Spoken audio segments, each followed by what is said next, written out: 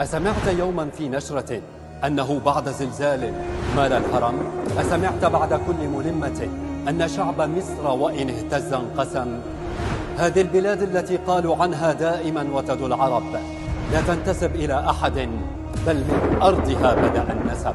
هي أكبر من أي حضن يحتويها، هي أم الدنيا بكل ما فيها.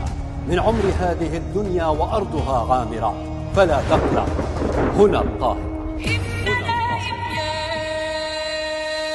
تذكر أن مصر يوما من سفح وقارها، وكم أتاها الغدر من يمينها ويسارها، وكم حاولوا أن يهدموا يائسين مجد هذا البلد، وسخروا كل حاقد واستعانوا عليه بالنفاثات في العقد.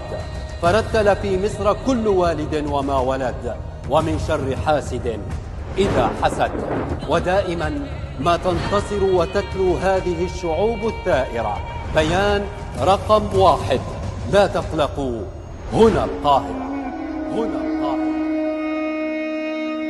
مصر التي كانت نخلة عند العواصف، مصر التي أرادوها